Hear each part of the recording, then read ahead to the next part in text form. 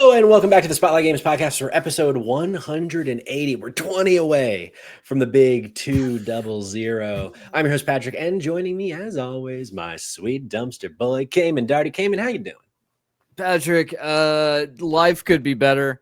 That being said, we live in America, so that phrase is going to run for a long time. Full support of this administration, can I just say? Oh, geez, yeah. Mark that down just so that we don't get arrested in a couple of months. Yeah, for sure. This is a defense mechanism. Patrick, you said 180, 20 episodes away from 200. Yeah, 20 episodes away from 200. How do you feel about that?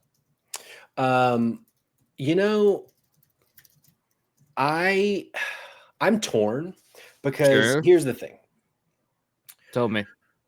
80 episodes ago, actually 85 episodes ago, we launched a lead up to episode 100, the top 100 games of all time. Each episode of those last 5 episodes leading into 100, we unveiled another 20 games that our audience, who a lot of folks that are in our audience now weren't in the audience then, voted to say what are the top 100 best video games ever made. And it was a great fucking time. We brought on guests each week. We had this big blowout thing for episode 100. And I've not once considered what we can do for 200. And it's 20 episodes away. So in a way, I'm a bit stressed about 200 because I have no ideas. Well, but also, what an achievement. What an achievement indeed. Can I just say, maybe we don't do the top 200 games.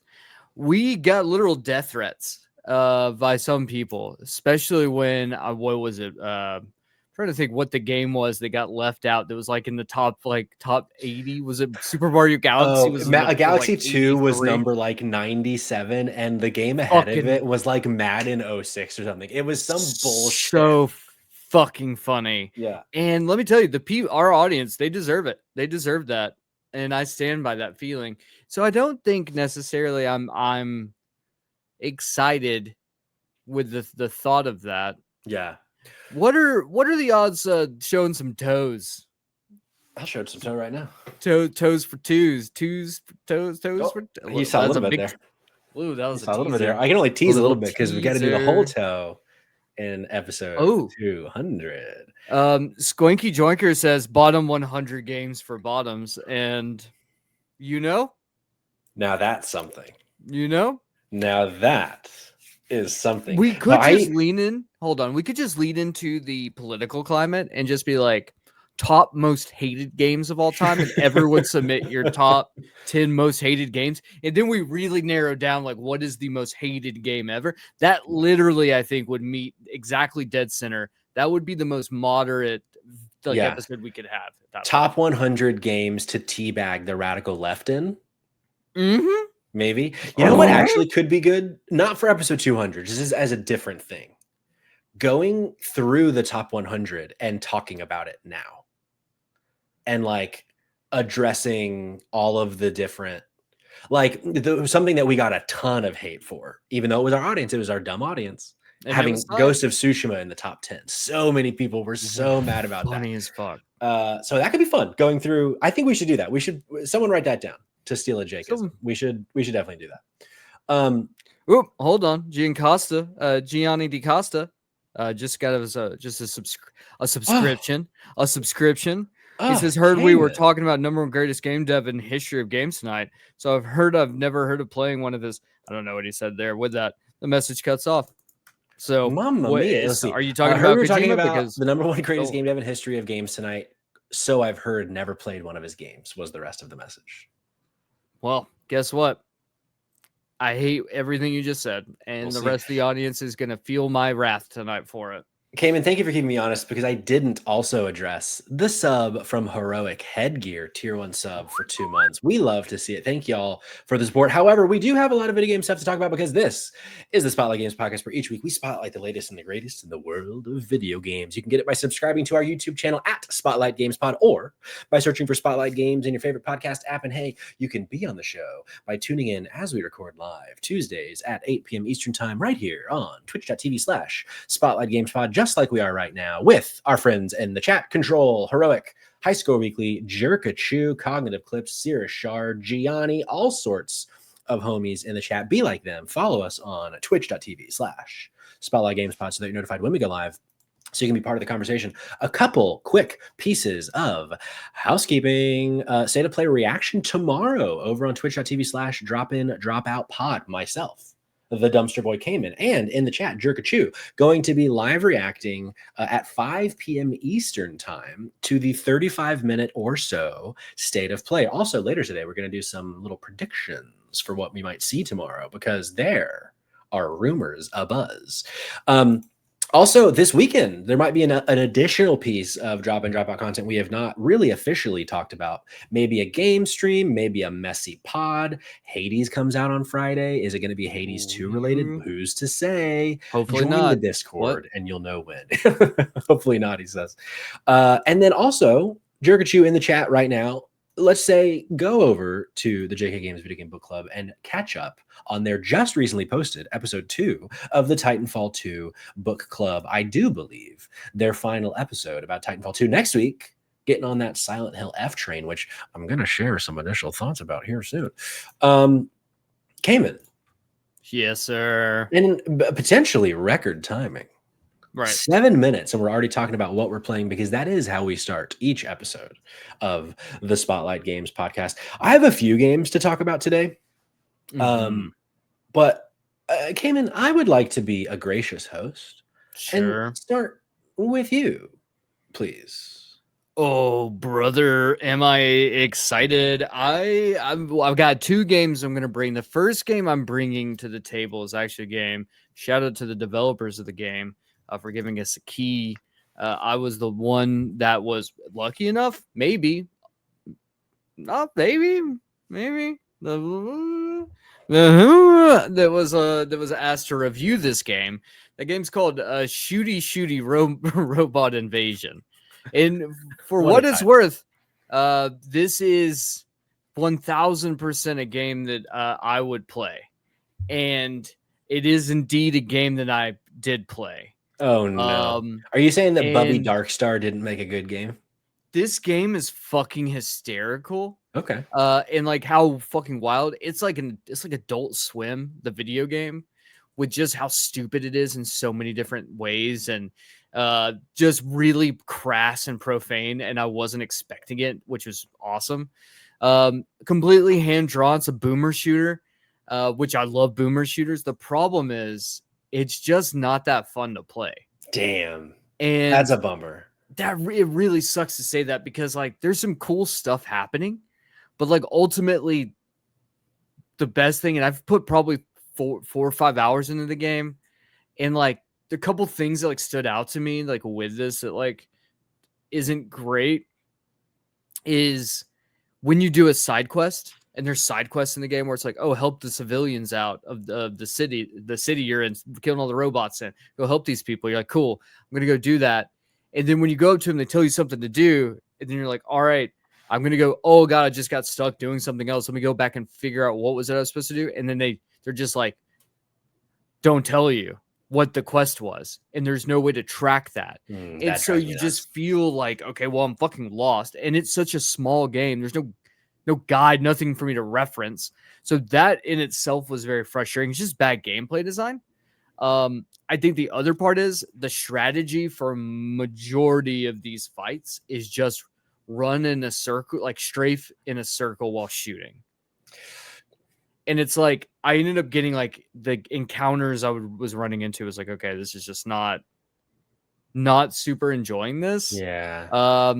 I think I'm going to give it more time. Yeah. Play more into it, because I didn't beat the game. And I want to try to give it at least a fair shake and like get as far in before I just officially tap out.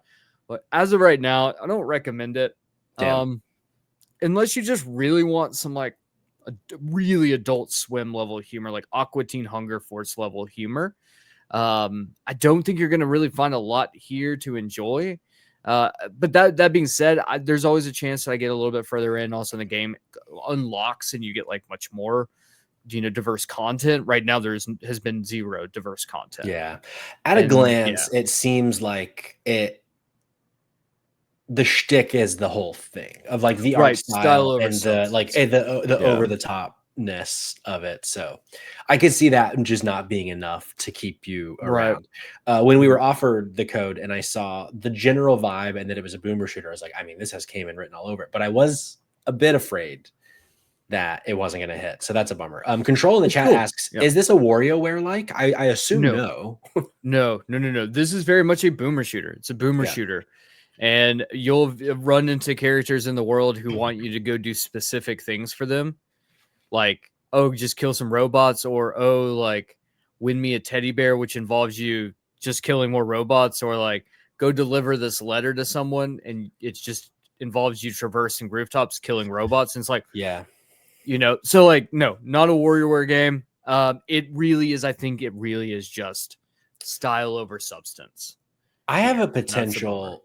I don't want to say it's a hot take. I missed the hot takes episode last week, which was so good, but maybe it's a warm take. Sure. I think I've been playing video games long enough that I'm just like tired of video games making me do extra things sometimes. Where like Fair. it's like, oh, Borderlands 4 is like the prime example of this, where it's like, okay, you go to the point and you get there and it's like, turns out this bridge doesn't work. Now I got to go find a way to get the bridge down. The bridge is down. Oh man, now there's something in my way that I have to go to the other side of the map to figure out how do I turn this thing on. It's like, just let me fucking cross the bridge. Right. Which I know is like the point of video games in some capacity, but I feel like I'm the veil of like hiding that is just getting thinner and thinner every single time I pick up a video game controller. You know what that reminds me of is Kingdom Come Deliverance 2. I feel like is a perfect example of how that game plays out, where it's like I put 50 hours in and I never left the opening area because I felt like every quest that I went to is like, oh, you got to go do another 3 quests based on this. And then you need to talk to this guy. He's actually in prison, and you get to prison and you can't go in the prison unless you go and get this loaf of bread for the warden. Right. And when you go to get the loaf of bread for the warden, you actually have to make the bread yourself, but you have to go across the land to go get the grain for the bread. It's like, oh my fucking God. It's so accurate. Like absolutely the most accurate assessment of the quest system in that game. It's just top 10. It's top 10 game of the year. 100%. Top 10 of the year. But so far of what I've been playing that doesn't have that, Silent Hill F. I'm just diving right in. Brand new game. Right in, brother. Tell me more. It technically comes out Thursday the 25th, but I got cucked into buying the fucking $20 extra version to get early access. Hold on, are you playing as the bunny girl? So I did take a screenshot of me in the bunny girl outfit. But I'm not playing in the default blue. I was like, look, if I paid fucking $20, I'm gonna play in the white dress. That is a pre-order bonus. But I unfortunately didn't get as much time into this game because I was too busy screaming at Noah in our Discord. But I put about an hour into it. And the hour that I played has me just like totally itching to get back to it. So really all I can talk about are the vibes so far. I right before I finished, I got like one of the weapons. So I did like a tiny bit of combat. But really it's more so just been about like running around the environment, reading all these notes that are like super lore heavy and trying to figure out like what is this dynamic with this girl and her family and the village.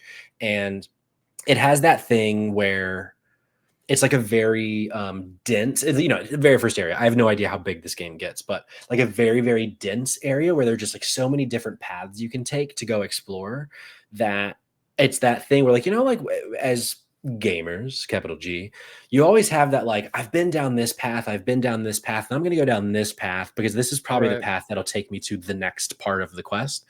Correct. This game kind of has me turned around in a way that I really like, where I'm like, I don't remember if I've been down this path. So already there's this like manufactured anxiety that it's giving me, but like affectionate, not derogatory. And yeah, I don't know. I'm just like so ready for more of this vibe. It is the kind of thing where very first thing I do in this video game is open up my little journal, my gurnal, and I read about my mother And it's like, man, Mhm. just reading these 2 paragraphs about my mother has brought so much context that I didn't get from this 2-minute cinematic that is like, oh, I got to read like every note in this game because otherwise I might miss something important. And I think I'm coming to the conclusion, Cayman. I like making big, grand, sweeping statements. You do. I think survival horror might be my favorite genre. Really? I think Okay. so. Like I've been so in it for a while. I had like a renaissance when Resident Evil 2 remake happened that I think like because I also just finished Chronos. I'll just talk a little bit about that too. I beat Chronos over the weekend, and that game, man, I was really harsh on it to start, but the more and more I played that game, the more I liked it. Now, it's not a game of the year contender. In fact, it's like just outside my top 10 still, having finished it. But it's the kind of thing where if we weren't doing this show and we weren't doing drop in, drop out, and we weren't always covering the next new game, I would have immediately started a new game plus Right. of Chronos because it's the kind of thing where like it gave me the desire to go see this through, make some different choices, etc. Because I think survival horror is really good at that, of like the game being short enough that it kind of makes me want to actually replay the game. Resident Evil especially is so good about that, of making me feel like it makes sense to play the game. So yeah, overall, I will have more thoughts next week, but Silent Hill F, very locked in for it. I've been seeing some people in the chat are very excited to play it. My initial thoughts are, if you're going to get the deluxe edition and you've been waiting for it, you want to spend an extra $20, join me in my pain. Otherwise, pick it up on Thursday. I think you're going to fuck with it. Is this on your radar at all, Cayman? I don't think so. Yeah. I don't think so. I think what's getting me is some of the reviews are really making me get a little nervous, a little shy, a little trigger shy. Is there a reverse to being trigger happy, trigger shy? Trigger shy, yeah, I think so. One of the things I've been seeing review wise is people are like, story, 10 out of 10. The art design, 10 out of 10. Sound design, 10 out of 10. Combat, 2 out of 10. And I'm like, see, I can't speak to that. I've only had one combat encounter. Right. So like, and it seems like the consensus is that combat is the like weakest link, and that is such a gameplay element. Sure. That's where it's starting to like pull scores down slightly. And that's the one thing that I'm kind of like, I'm on the fence. I'm like, I've been watching like a playthrough of it so far, just kind of like, because it's really old. I mean, I may play it, might be one of those. I feel like I'm more inclined to play Chronos. Like Chronos seems more in line with something I like. It does raise the question though I have for you is like, some of the best dumpster dives out there are like survival horror games. Yeah. So I am curious, like your thoughts of like, coming out of the closet like this, one might say. Yeah. Outing yourself as a person who likes survival horror. Would you be like, I'm going to try a Crow County now. Like I'm going to take a leap and do something like that. Play a game like Crow County. So I have. Or, there's a bunch. Oh, you have? I have. That game, I want to give another shot to. Because when I first played that, I don't remember when, within the last year, it was a bit too tough for me to be having fun. Sure. Don't let the Silk Song fans know, or they'll come in here in droves. But that game, with like the thing that so many survival horror games do, where they force you to do a save point.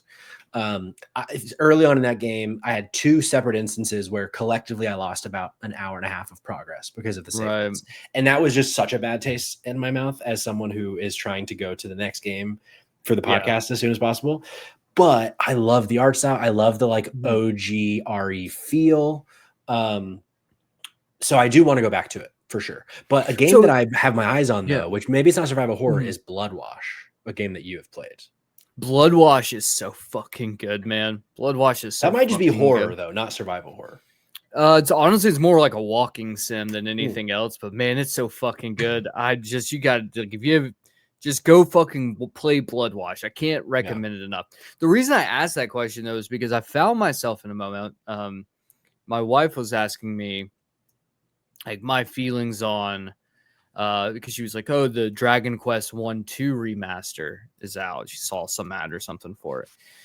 And she was like, "Is that something are you know, that you're excited to play?" And I was like, because I've been playing one game that it kind of fell off, didn't talk about it, but I was playing Tales of Grace's F Yeah. remaster. And I was like, look, the truth is, like, as much as I love the pixel art style of these games, like, there's something about 3D animations that just is my draw. And so, like, I tend to just not play 2D sprite style games like that. Like, Octopath Traveler is a great game, but like, I would prefer to play something with a 3D art style. For sure. So, like, with some survival horrors, especially because there's so many of them that are now like in the PlayStation 1 style graphics, like Crow County is, that it's like, is that something that you would do? Or is it like, no, I'd prefer to play something like the medium or something like that, That's fair. The chat has some things that I think I agree with, but I think maybe you don't. So I'm interested to get your perspective. Coal Mines and High Score Weekly aligned that Coal Mines says that was the case for Banishers as well. And I love that game. Yes. Unless the combat is genuinely atrocious, a great story will push me through. And I think I agree there that, like, if it is like broken, it will be enough for me to not want to go further. Yeah. But if really the story is good enough, then that's really funny. He mentions Ghost of Banishers or Banishers, Ghost of New Eden, because Sid asked me earlier, like, hey, are you going to play Silent Hill F? It's like, I don't think so. Like, I told her the exact reason what I just told you. And I was like, perfect example of this is the reason I stopped playing Banishers, Ghost of New Eden. The combat was not good enough for me to be able to stick though, even though the story and the art design and everything else looked so cool. The combat was so tough. Another game that I 100% Sinking City, the HP Lovecraft game, is a perfect example of a game that I loved every inch of it, but the combat was so bad I just did not finish the game. Yeah. So. And for you, I think you watch games a lot more than I do. So I think for you, it's probably easy to be like, okay, I'm just going to watch the rest of this game while I'm working. I think that what you're trying to say, Patrick, is I'm fiscally responsible. And yes. Yeah. Yeah. I think that's a great way to put it. And meanwhile, I just spent fucking $80 on Silent Hill F, a 12-hour game. You know what? I'm all here for it because you're doing the Lord's work, not me. I mean, here's the thing. And it'll put me in the ground one day. I always come up with an excuse. It's like, okay, until my house is rebuilt, I'm just having a good time. I'll deal with the fallout on the other side. Right. And then I'll get on the other side and it'll be a new thing. Oh, democracy is crumbling. I'll deal with it on the other side. It's not good. It's not good. It's not good. Dude, it's future Patrick's problem. That's me. I roll out of bed a lot and I'm like, this will be future Cayman's problem. And then I'm like, wait, hold on a second. I am future Cayman right now. That's what I said last night when I was doing something stupid. Exactly. Like, fuck, exactly. I'm just constantly future Cayman. I'm constantly just getting fucked. Hey, I get it. I have one more game to talk about, but I want to hear about your other game that you've been playing. All right. I've been talking a while. This is both one of the most exciting things to talk about and also the weirdest review I'll potentially ever give.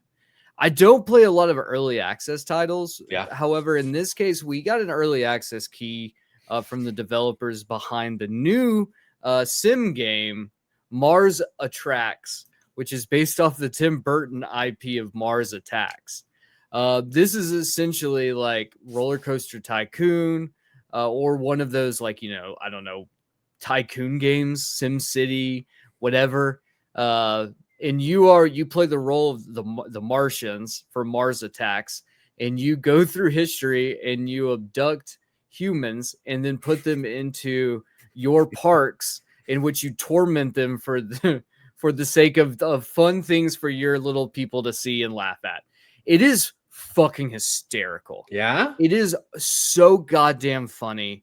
And the dev team is like 4 or 5 people. Like, it's wild. The crew behind this game. It is, and I don't play these types of games very much. It is exactly what, like, I enjoy when I do play them. Yeah. I've never been in a place where I'm like, I feel like I've like hit a wall of like, oh, I've seen what the game has to offer. I'm constantly feeling like I'm seeing weirder, wilder, dumber shit take place. And so I'm like, man, this is perfect. Wish that it was Steam Deck compatible. It is not. Damn. And so I am locked to my PC. However, that being said, apparently Steam Deck is on the way. So they are working on it. Nice. Not sure if it'll get a console release. I do hope it does because I would like to play this on console. Here's what I'll say. This game is in early access. Okay. And you definitely can feel that a lot. Sure. I haven't had the game just outright crash on me, but I've had like mission objectives just not work. I've had certain things just not work, like button prompts just not work. Weird scenarios, like right before I boot logged off for the day to come record, because I've been trying to like cram this thing because we've got a short window for me to get all my content out for it. One of the things that happened was like someone broke out of the enclosure. And when they broke out, everyone in the enclosure also ended up all spread out all over the map. And then I'm like, I didn't have enough cash to get a SWAT team in to kill them all. Of course not. And I was just like, what the fuck is happening? And they're just destroyed. My entire park was destroyed, was in ruins. And I was just like, I am brutal. I'm just going to have to completely restart this entire because like, and it was one of those where I've had someone break out of the enclosure before, and it's very simple of just like repair. But like all of a sudden they just all flew. Like either way, that was like, okay, this is very much an early access game. Sure. And there are moments where you are going to feel those like harsh moments. Man, I could say like progress is so tough. Save often. But then also if you do save a lot and keep them all separate saves, because you also could potentially end up in a game-breaking bug, which I had multiple game-breaking bugs where like missions just straight up wouldn't work, which wouldn't allow me to progress to like the next thing I needed to do. Once again, this game is in early access, and they very clearly state like some things might be bugged, some things might not be working. Please use this report and send it to us and tell us what happened so we can pull your save data so we can see what the error is in real time and fix it on the next patch. Sure. I like that. I like that they're being very transparent and open about that. And because of that, I think that like I'm giving a lot of that, like not a free pass by any stretch, but like I'm giving them a lot more of like, hey, we got the code for free, so this doesn't hurt me. Yeah. But like for someone who pays $24 for early access, maybe don't do that. Maybe wait till the full launch comes out and spend your money wisely there. But if you want to get in and like it, I've had enough fun that I've been like, I will let these bugs slide.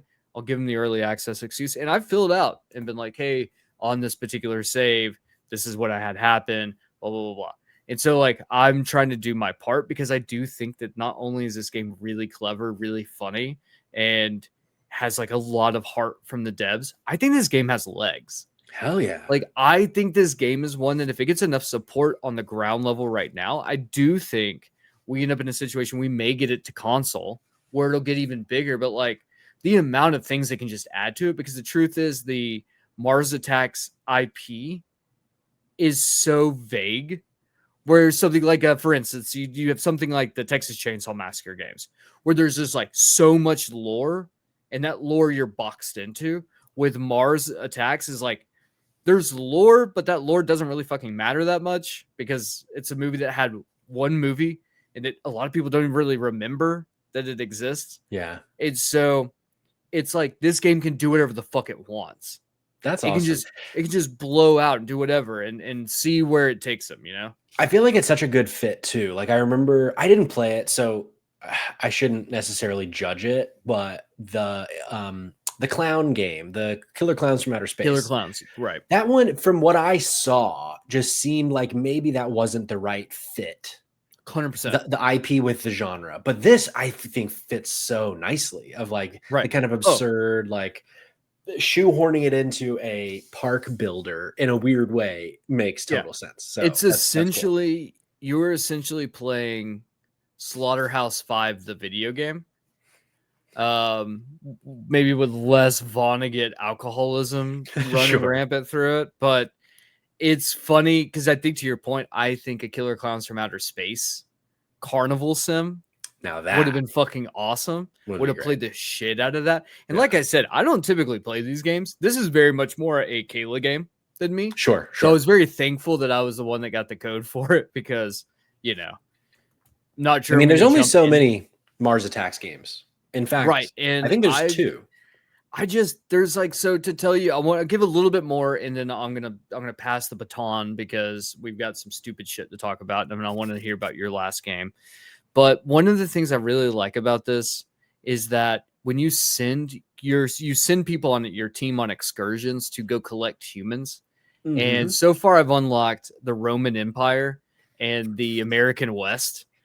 And when you do that, you can actually choose what you want specifically from your from your expedition. And so when you send them off, you can actually be like, I want humans or I want like decor. I want equal amounts of both.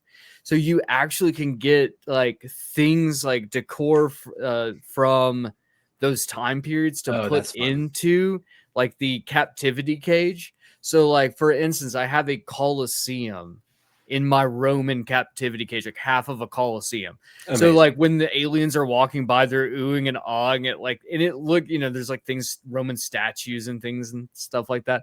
And I think it's just like a really clever mechanic. And there's definitely like apparently feudal Japan is one that Nice. you're gonna unlock later in it. So like I can't wait to have like a really, really diverse park that Yeah. has everything.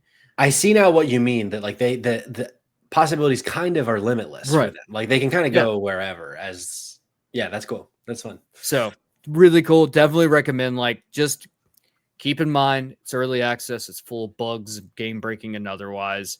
So just be aware of that. But for $24, I got to say, I'm having a really good time. Hell And yeah. I'm very excited to get some more content out about this later. When this hits 1.0, I think I will pick it up because I liked 2 Point Museum a good bit, but I think the console of it all for me ended up being a barrier where I think this kind of a game I want the mouse. Or, if they put it on Switch too and the mouse actually works, maybe I do there. But that's cool. Yeah, I'm gonna get a wish list this on Steam. Last thing for me, I'll keep it pretty short because this game is old. But also, in a way, Cayman, relevant. Over the last 48 hours, I, for the first time, played the Ghost of Tsushima Iki Island DLC from a Oh, few years okay. ago. I was like, you know what? Yote is next week or 2 weeks, whatever the date is, 2 weeks. Or actually, I think it's next Friday. I think, maybe. Who cares? Doesn't matter. I'm here to talk about Ghost of Tsushima Iki Island. I booted it up because I finished Chronos and I was like, Silent Hill F is in a couple days. I just want something to fill the time. And I was like, I never played this DLC. And I had tried to do a New Game Plus run of Ghost of Tsushima a few months ago. But it was just like something about it didn't click for me. Like it very much wanted me to just like know how to play the game already. Right. Or no, it wasn't a New Game Plus. I picked up the old save to just like go fuck around more. And so I was like, but I really want to try this DLC. So I just bumped it down to easy, fucking died for an hour trying to remember how all the combat worked. I went into all the settings and like trying to remind myself and things. And then finally, like it's kind of slowly started picking back up. And I started remembering all of the different intricacies of Tsushima. And then I was like, okay, I think I'm ready to go play this 3-year-old DLC now that I understand how the game is. And then I went and played the DLC and had like a great fucking time. I think this DLC is, I don't remember how it reviewed back in the day, but tells like a really interesting story. Does a lot of really cool, like magical realism stuff with like, that thing that video games often do of like, oh, you're drugged now. So things are magical. The Far Things Cry like 3 the Far weed Cry farm. 3 thing. Yeah. But man, in the last 5 years since Ghost of Tsushima has come out, the haters just come out of the woodwork to be like, Dude, oh, speaking of Tsushima haters sucks. coming out of the woodwork, Oh, yeah, Noah's we got here. Noah in the chat. Noah's here. Yeah, it's okay. So. I forgive him. He's welcome here. But people, oh, Jin is such a boring character. All these things.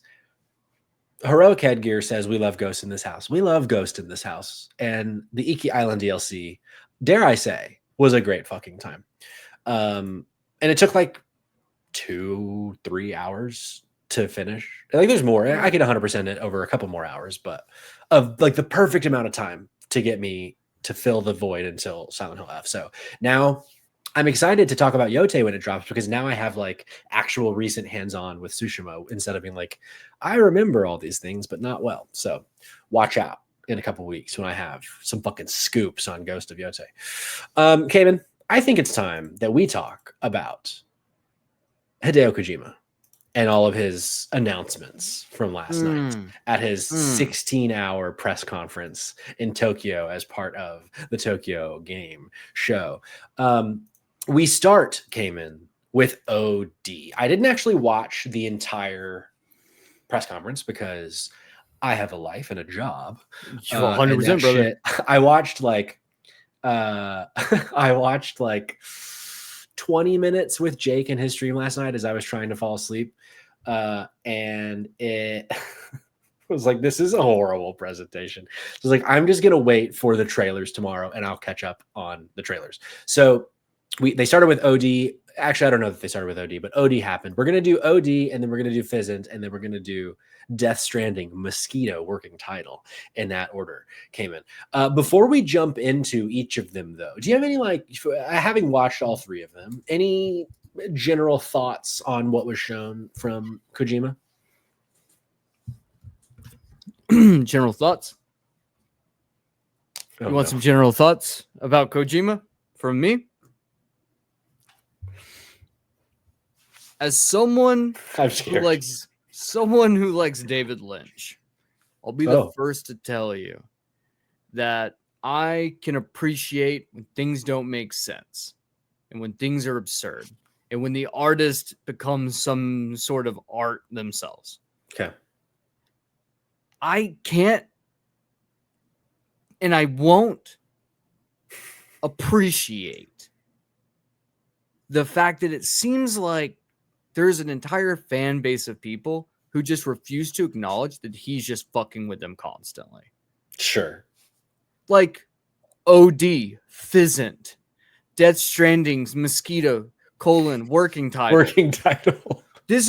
I say this about Kingdom Hearts fans too. Like what fucking teat are you sucking from? Because I want to be part of it because you guys are on some different level. Watching what we're about to go over, watching these trailers, yeah, with huge fucking quotations. Closest thing to a trailer was Project Mosquito, working title. That was a trailer. That was the closest thing to a trailer. What we got the OD trailer was a trailer. It wasn't a trailer. It was nonsense. Absolute fucking nonsense. And it's the Kojima nonsense that people like to try to play off like it's some avant-garde bullshit. It's not avant-garde. It's just bullshit. I push back a little bit on the OD trailer in that it's just a vibes horror trailer. Like all it was that, look at the original, the RE7 reveal trailer. It's just vibes. It's just these fucking creeps at a table, first person, dirty hands. Those creeps at the table, same thing with RE8, the vibes trailer was like, you knew this was happening in the game. You knew that this was like an in-game thing that meant something, just like RE9. That vibes trailer is also another, this is something we know is intrinsically tied to the game. He just gives you literally just vibes trailers that he just makes. He'll even tell you that this is just a vibe trailer that I made to tell you what the vibe of the game's going to be. I don't want to know what the vibe of the game's going to be. I already know what the vibe of the game's going to be. It's a Kojima game. They're all the fucking same. I don't agree. I want to know because this is a PT successor. So I think this will be very different than Death Stranding and Metal Gear. What I'm saying is that Kojima has the same like aesthetic. Sure. And David Lynch is the same way. David Lynch also has the only time I think that's different is like Wild at Heart. Is like one of the only films that I think like steps away from that, but they all have the same aesthetic. Let's talk about this, Patrick. Let's talk about OD because I'm done yelling about Kojima. I'll start yelling more when we get through this. I'm going to continue. Just we're going to do it segmentedly. But here's the thing, Cayman. This trailer, something that a lot of people aren't talking about in this trailer is he gave us a Mad Lib. As you can see in this trailer, there are certain words that are cut out. So I'm actually going to take the trailer off the screen and we're going to fill out a Mad Lib real fast. And chat, I'm going to come to you for a few of these, and then we're going to watch the trailer and see what the story of OD is actually about. Cayman, I'm going to start with you. I need a proper noun. Proper noun. Kojima's fat nutsack. Kojima's fat nutsack. I need a name.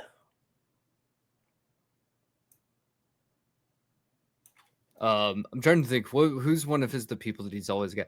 We go with Hunter Schafer. Hunter, that's his new muse. Hunter Schafer. We should love her, by the way, but still. Give me something someone would say, like just a couple words. Kojima's the greatest game director of all time. Kojima's the greatest game director of all time. Chat, I need a noun and a verb. And while I get a noun and a verb from the chat, Cayman, I need an adjective from you. What's a good? Let's go with Ryan Selvey, who says daddy is our noun. Oh, okay, sure. Now give me an adjective. Come. Okay, great. Okay, what do you need from me? An adjective from me? Hold on. I see drilling from Heroic Headgear for the verb, and I see teeth from Ryan for the noun. I need another verb, Cayman. Another verb. Did we use coming?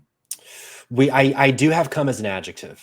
Come as an adjective. Wouldn't that be like cummy? Cummy? Cummy? It could be. I don't think. Yeah.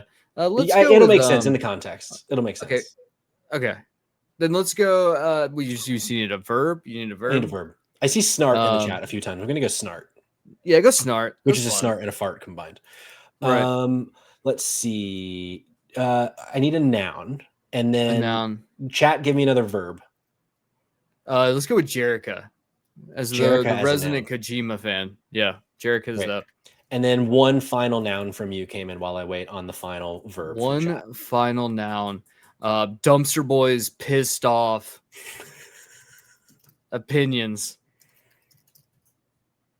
And then the verb is pissing. Pissing. From Noah. Okay, now let's watch this trailer, and I'm gonna read what this is. So funny. It's gonna be so bad. All right.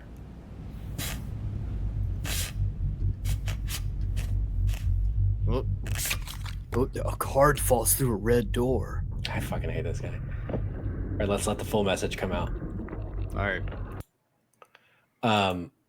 10 years since the Kojima's fat nutsack.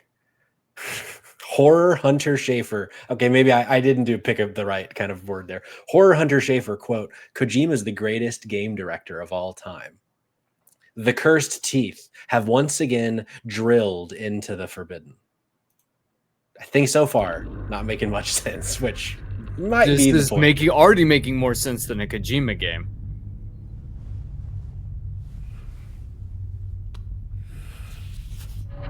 Light the fires to celebrate their cum daddy is what we've filled out there. So thanks for that. Kayla Gray just joined the chat. So sorry for what you're about to witness. Hold on, let me go back. I thought there was more. The building was snarting from a 3D scan of Jerica found in a... Oh, shit, I didn't get this one. A location that starts with a vowel. Jerica found in an... dumpster. We'll just say a dumpster. Great. So this building was snarting from a 3D scan of Jerica found in a dumpster. Very cursed. Very cursed. And Someone's then... not writing this whole thing. I do have it written down as well. And then Dumpster Boys' pissed off opinions were pissing in a sinister ritual. Now this, I think, is something. That is something. And then this is the rest of the TV trailer, which we can drop the sound for. But so Cayman, I'm a little surprised that you didn't vibe with this as a horror guy. I mean, I did. It goes back to just Kojima is Kojima, right? Where it's like, yeah, I mean, there's vibes here, but that's all we got, you know? Like PT, I feel like PT was different than vibes. There was a story being told narratively during PT. Like you were talking about Lisa. There's the aborted fetus. There are all these things. There's no narrative through. There's no even inkling of like what this world is or what this is about. And we can just be like, oh, well, it's really excited that we can get to experience, we get to see this thing. It's like, I guess, but like, I don't know. Part of me just wants us to stop giving this man like just complete and utter, because people are going to be like, they're going to everything that fucking box of matches. They're going to be freeze framing it to be like, oh, it said a word. What's that word mean?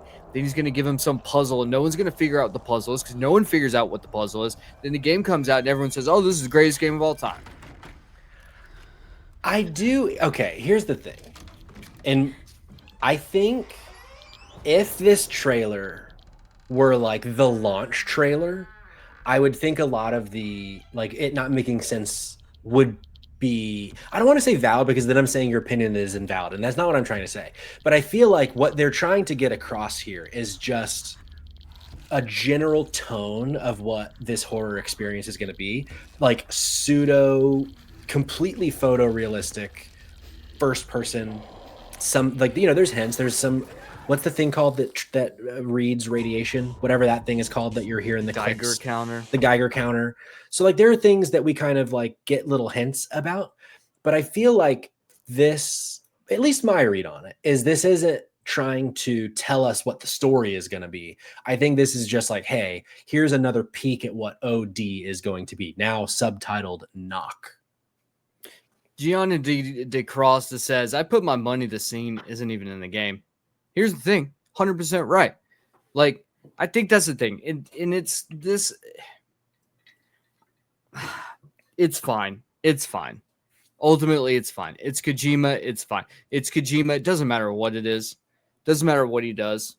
Like, people are going to love this shit. People are going to love it. People are going to hate it. It is what it is. Will I play it? Probably not. So why do I fucking care? Sure. Like, let the people have their fun. Why should I be your curmudgeon? Noah asks, what about that trailer? I don't know why trailers in quotes. That was a trailer. Told you anything at all about this game that you didn't already know was a 100% lock to be in every Kojima project, Patrick? It's a totally different genre. Like, so it's not something in every Kojima project. Like, sure, like absurdism in some capacity. Sure, that's in most Kojima projects.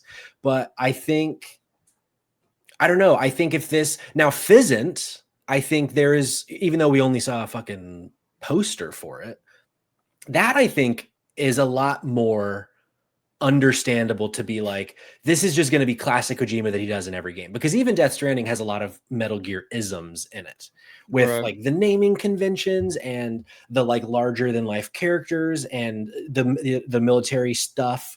But this, I don't know. I feel like this is like very clearly not Kojima-y, like other than PT, which Kojima did. Like, but I think it is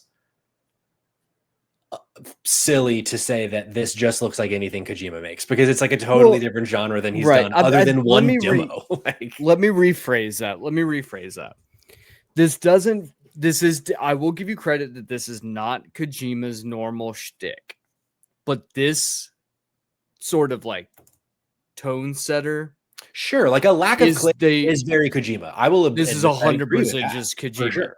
And I think the thing is like, what vibe are we getting from? Ooh, it's gonna be spooky. Cool, it's a fucking horror game.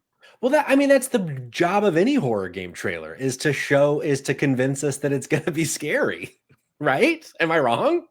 No, you're not wrong, but I think there's a difference if we compare this, because you did it earlier. You did compare this to something like Resident Evil 7 or 8's tone setter. Yeah. Is like those were intrinsic. And now we're not, obviously we're not looking into the future, but like we knew when we saw those that was baked into the game. We knew that gave us some inclination of like what this game is going to be. This gives us no inclination at all. We just know that it's going to be a horror game. I think that's the major point I'm trying to get across. And what I'm seeing online is people being like, he's a fucking genius. He did it again. Like, what did he do? That I think is a silly take. He just told you he's going to make a horror game, but we knew it was going to be a horror game. You fucking nerds. To say he did it again from a 2-minute trailer that's really like 50 seconds of maybe gameplay. That I'm not going that far. But I do think that this has me more interested in OD now than I was 24 hours ago. Because even though, like, Johnny is probably right that this is not probably directly from the game, but I think it is safe to say that the first person fucking candle bullshit that she's doing is something that's going to be in the game in some capacity. I think that is essentially what he was trying to convey to us, is that it's going to be this, like, you're interacting with shit to probably try to solve puzzles like PT, sure. But I think is this a Strands game? That I don't know. That might have been talked about in the other 2 hours of the presentation. That was a fucking nightmare to listen to, because they had the Japanese language coming from them, and then over it with like just 10% more volume was the English dubbing, like Right. 2 seconds after they were saying everything. So it was just this like cacophony of sound that was like, guys, I needed to just be one or the other. Give me Japanese with subtitles or English dubbing with no Japanese vocals, please. Like, it was such a nightmare, the 20 minutes I listened to. And it didn't help that, I mean, I chose to be watching a streamer do it. So I'm also hearing Jake talk about it. I'm like, there's so much happening. But they might have said that this is a Strand game in that part that I missed, but I'm not totally sure there. Well, I'm not going to go back to find out. Noah says there's zero shot that anything even related to the game project itself, and is simply a rendered trailer, only ever designed to be a rendered trailer. I mean, maybe. I don't know. I think, to dip into the Discord conversation that you can go read 970 messages from it, I do think that there is some exaggerated hate about this only because it's Kojima. It's just it's a vibes trailer. I think that's enough for me. And I don't, it could have been made by fucking Marlon Wayans. I don't know why I chose Marlon Wayans as the person that could have made this trailer. You know what? Of all the people you could have picked, it's the only one I want you to pick. Yeah, thank you. Thank you. Sure. After this, I think we can burn through these next ones pretty quickly because there really wasn't a ton there. We got a little bit of a look into Fizzant, and by a little bit of a look, I mean like barely anything. We got a poster, essentially. Stealth action game. This was announced last year. Herman Holst came out. We got a subtitle, or not a subtitle, like a fucking phrase. Here comes the feeling. And they said that Charlie Fraser, Don Lee, and Minami Hamabe will star in Fizzant. I don't know any of them by name. I might know them by face. But the little bit that we saw of Fizzant, for me, I'm excited to see Kojima dip into actual Metal Gear type again. But like this, it's like the Fallout 6 conversation. It's like, are we even going to be alive when this game comes out? Right. So this game's not coming out until, this game's not coming out until till PlayStation 6, and probably a ways into its life cycle. I'm more curious on who the main actor is going to be, because someone bookmark this. Someone screen cap this. Calling Eddie Redmayne. Ooh. Calling Eddie Redmayne. That's who I think is going to be. The poster has two feminine of cheekbones. Yeah, let me pull up the poster. That's a miss by me to not have the poster ready. That face, those high cheekbones. Just those feeling very Eddie Redmayne. So I saw someone say they thought Robert Pattinson. I was like, nah, it's not gonna be him. Nah, he's gonna be doing some sort of Twilight fan con or something, probably. I see ready. I'm feeling Eddie Redmayne. I'm feeling Eddie Redmayne here. Tell you who's not gonna be Ben Starr. Oh, sure. I do think it is safe to assume this will be a true A-lister with Sony, because the whole thing with OD, that's the Xbox game. This is the Sony game. So I bet that they're going to, it could be fucking Pedro Pascal. Like it's going to be a name, right. I bet. So I think Eddie Redmayne is a good call. But yeah, this is the kind of thing where this is where I draw the line of like, I don't fucking care about Fizzant right now Right. because it's so fucking far away. And that's something that they mentioned at the show. Is like it doesn't seem like they're going to actually be working on Fizzant until OD is done. And we didn't even get a window for OD, not even a 27. So like, okay, great. Fizzant is happening. Maybe, like, who's to say it doesn't get canceled by the time it actually, I mean, it won't get canceled, but and then after this, we got Death Stranding Mosquito, which is an animated situation. And then we also got an update on the fucking, I can't find my words right now because I forgot to pull the B-roll for fucking, here we go. It's cool. The animation in this is actually like really fucking dope. I really like the animation, but I have no idea what's going on. I have no idea if this even makes any sense at all in the grand scheme of what Death Stranding is. I don't fucking know. Will I watch it? Probably. Will I understand it? Absolutely fucking not. Definitely not. Visually, this does has me intrigued. I said with my whole chest, Cayman. But this is just like this type of show I don't often watch. Like I didn't watch Edge Runners, even though I hear it's incredible. I haven't watched any of like the Castlevania anime or any of those. Yeah, you're missing out, dude. I know. And it's like, I want to, but I just never get around to it. And so I fear this is just going to add to the pile of cool fucking high rated video game anime that I don't watch. But we did also get an update on the Death Stranding movie that I didn't know was a thing until I got this article from Video Games Chronicle. Apparently A24 is doing a Death Stranding movie, and it's going to be a totally new story. They said it's not going to be an adaptation because they're keeping it to a movie. They're not doing a show. And it's going to try to capture the same themes of the game, but with new characters, new part of the world, etc.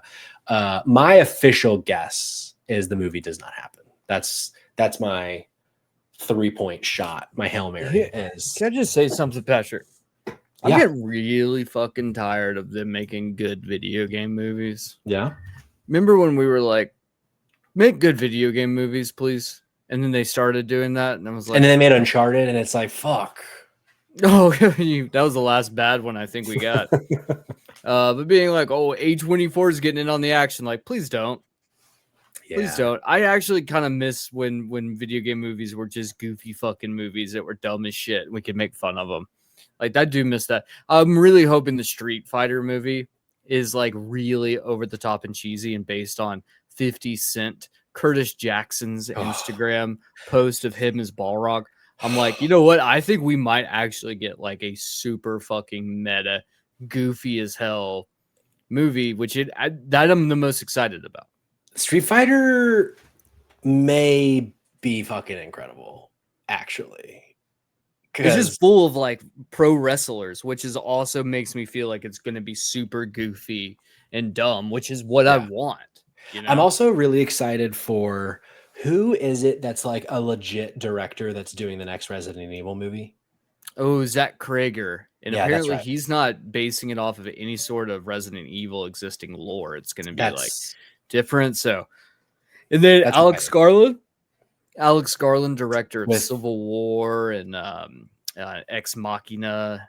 He's doing Elden Ring.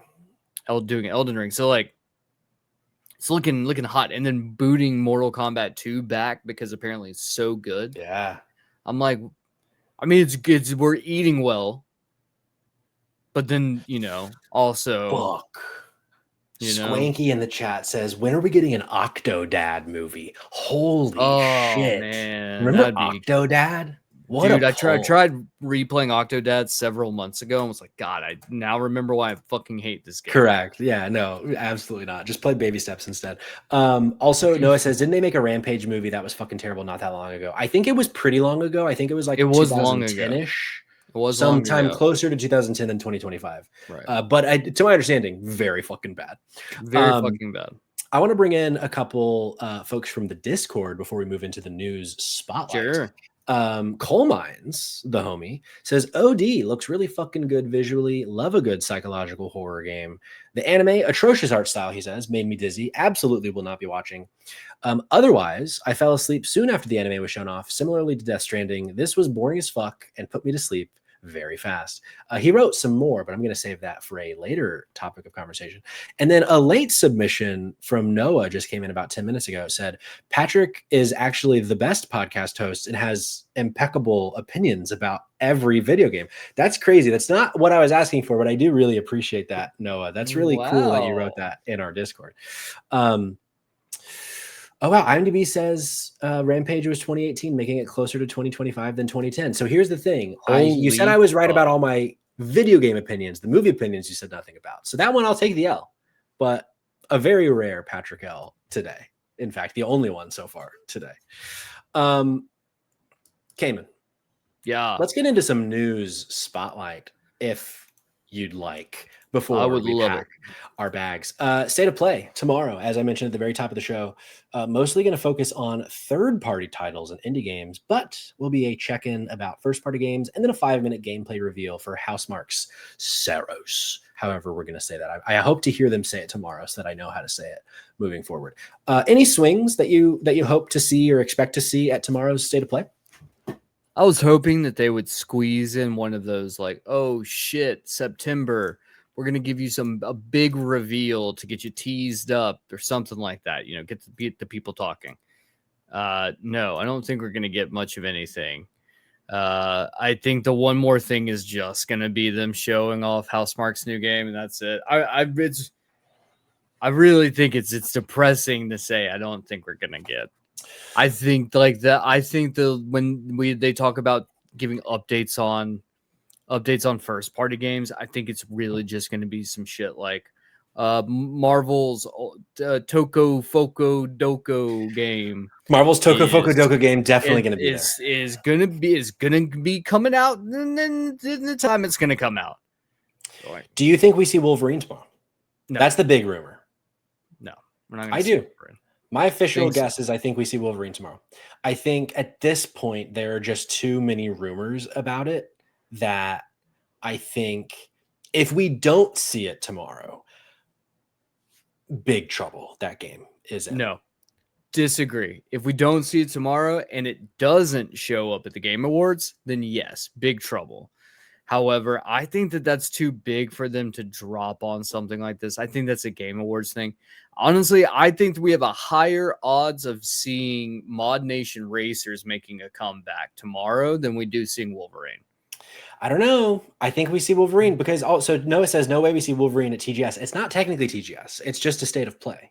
And the rumor was that the end of September State of Play, we would get Insomniac's next game, which is Wolverine. I mean, I guess technically it could be Venom if they're going to do Venom before Wolverine. But the rumor is that we're getting Wolverine before Venom. You know what? Wouldn't it be funny if what we got instead was actually an announcement that Sunset Overdrive is coming to PlayStation? I would fuck with that. I would be very excited about that, actually. Deeply, I would fuck with that. Right. I think it's also, safe to assume we see more Resident Evil 9. We're in that Capcom, like, the game is about to come out. We're just going to keep showing it. Can I throw a curveball? Yeah. Can I throw a curveball?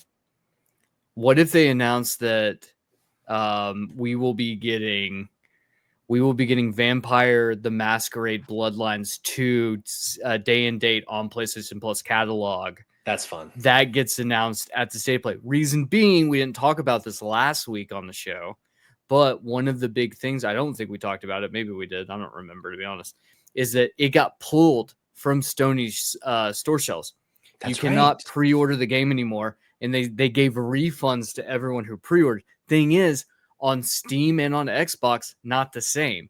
You can still pre-order it. It's still up. No one got refunds. Only PlayStation. So you'd be like, oh, dumpster boy. Well, what if it just doesn't fucking run on the PlayStation? Absolutely untrue. Absolutely untrue. You think that if something that Xbox said Xbox, it wouldn't be able to run. No. Because that was an Xbox game, right? That was a No? No. This was I thought Xbox published Sunset Overdrive. No. I'm talking about Vampire Oh, right. I'm sorry. Bloodlines. Yeah. I'm No, they sorry. I did got publish lost. that. That would be the only reason I would see that they wouldn't is because of that. Because the Xbox might not let Sunset be announced there. They might do it themselves. But Yeah. I do think there's a chance that Sony announces that they've acquired the rights for day and day on PlayStation That'd be cool. catalog for Vampire Bloodlines. That might be something they actually announce on this show and would prove one of my theories right about why it was pulled down. Because I do not believe that it was pulled down because they said we're excited to share news. So they're excited about something. That's why they pulled it down. It wasn't like we have bad news. We want to get this right. Tell you, when the time's ready, like what we're actually doing, blah, blah, blah. This was like an excitement post. Yeah. And in the games industry, there's a very big delineation. So I can't stop thinking about Toko Doko Mofo, whatever you said. Foko Doko Moko. Bring it Marvel back. Bring it back. Sirius asks God of War. I don't think we see God of War. No. But there have been these rumors of like a 2D something God of War related. I also wonder. So they said third party things. I wonder if there's a world to jump ahead in the news spotlight. This will be the last question I have. We're this Assassin's Creed Black Flag remake that is like so rumored and leaked and shit. That has to be announced at some point. And there's a report from last week that apparently it's coming in March and it's going to be adding extra content and RPG mechanics.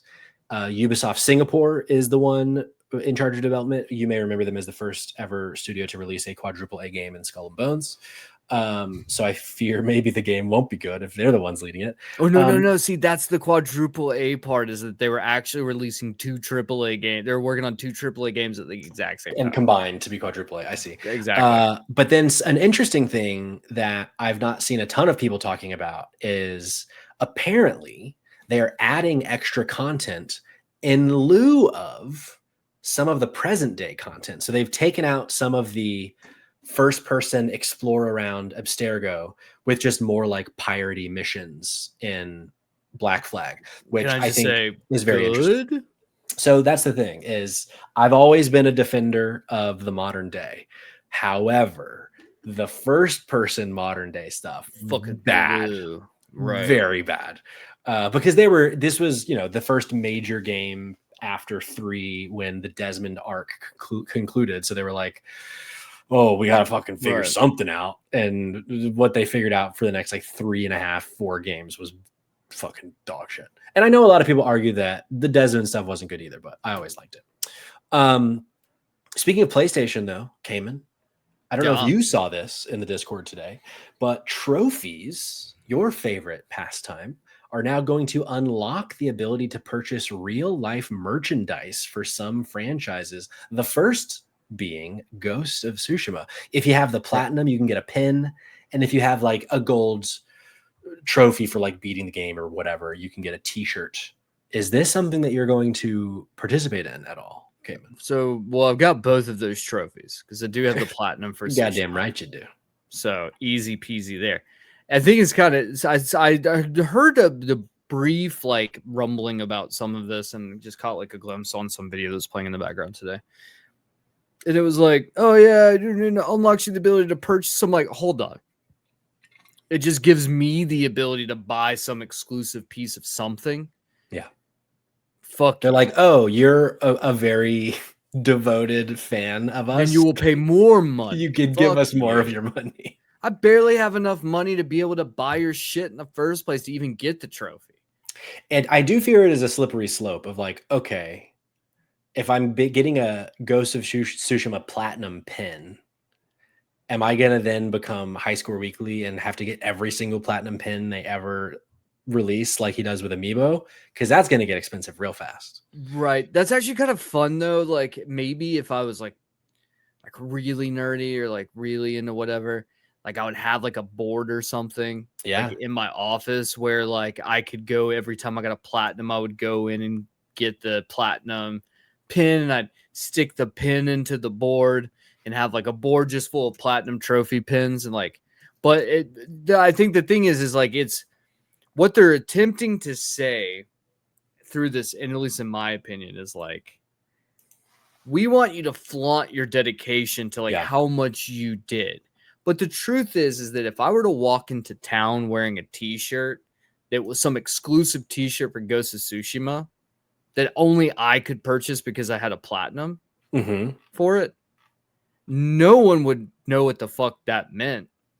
So like it's all playing on this idea that like, oh, I have to have a very like, it's just a mentally like in my head, I think I'm better than you because I'm wearing this t-shirt, not someone being like, wow, you're better than me because you have that t-shirt on. And like, I think Sony took away PlayStation Stars to give us this, and this really fucking sucks. Yeah. Unless they just give me a t-shirt for getting a platinum, then like, yes, I love that idea. I do prefer the Sony that would every like $200 I spend, I get like $10 back compared to the Sony that makes me spend $35 on a t-shirt because I got a trophy. Right. Do we know how much it costs to buy the trophy? Do we have numbers for these things?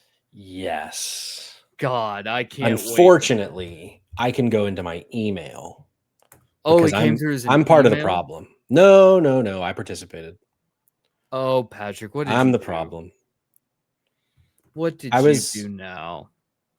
$25 for the pen.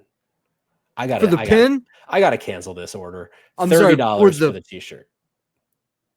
All in with shipping, handling, and tax, $71. I got to cancel this once we're done recording. That's too much money. I was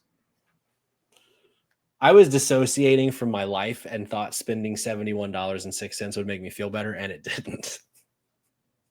I am disgusted. Yeah, that's bad. Not by you, Patrick. You can be disgusted by me. No. We've gone through this before, and Rose and I have had long conversations about how to quell your spending. Yeah. But I'm just going to let you keep doing it because sometimes I need you to be the bad boy influence on my shoulder that tells me to do things I shouldn't do. I love being the bad influence on my friend. I'm disgusted with Sony. Yeah. Of just like, what a fucking stupid thing. Like, this is, I have a feeling this is going to be one of those things that is going to get so much goddamn backlash. Maybe. Like, there's no way that people don't flip the fuck off. And Sony's like, all right, we're just going to do like a couple more of these. And then this is going to like, we're never going to mention this again. And it's going to show up in a few years on a Game Ranks video of, do you remember when this happened? If this makes its way to Xbox Twitter, they are fucked. If it doesn't, I think this will fly under the radar. Oh, the bajillion % it has to be on Xbox Twitter already. Yeah. Noah and Kayla are trying to get me to live cancel the order right now. In my email, I don't see like a cancel this button, so I'm gonna have to go like email them, I think. But rest assured, I will get that money back. Couple final things. Game Developers Conference rebranding to GDC Festival of Gaming. That's a mouthful. That's a mouthful, which normally I'm a fan of, but not there.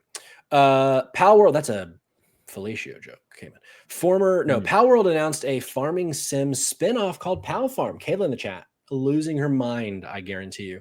You're gonna get your pals together and run a farm, and it'll sell buku fucking bazillion, bagillion, bajillion dollars. And then I think maybe the biggest news of the year, perhaps, Cayman. Do you know who Wayne Rooney is? The soccer player. Very good footballer. English. Sorry. Played at Manchester United between the years of 2004 and 2017. Apparently, he has officially credited the Sony PSP as one of the reasons that Manchester United found so much success in that 13-year span, because apparently him and 4 other members of the team would just play so calm on the PSP everywhere they went, and was like, it was great team building, and we had so much fun playing so calm. Hell yeah, good for them. Yeah, which I thought was a nice and good for me for knowing who Wayne Rooney is. Whoa, I know. I don't know how. I'm very surprised and shocked that you know who Wayne Rooney is. But hey, a big soccer boy. You've always said that. This is Dumpster Boy's smug face. Very interesting. That's our show, folks. I think a joyous time by all. I can speak for the chat when I say they had a great time. I had a great time with you, Cayman, and with the chat. We will be back next week with more of the gaming news that matters, at least to us, and hopefully by then such as that this is such that you can now come be my friend. I committed to trying to make that as once I realized I wasn't saying anything, I was like, how many more words can I add in to Right. so if you go back and look, you can see my eyes shift a little bit when I start making a conscious effort to be nonsensical, but it took me longer than I am willing to admit to have said that. All right, I'm just gonna stop the show now. Let's go have some fun. Tomorrow, 5 p.m. Eastern time, drop in, drop out pod on Twitch. Come live react to the state of play with me, myself, the dumpster boy himself, and Jerkachu herself. And also join the Discord so you can come tell Noah how wrong he is all the time and how I've actually never been wrong in the Discord.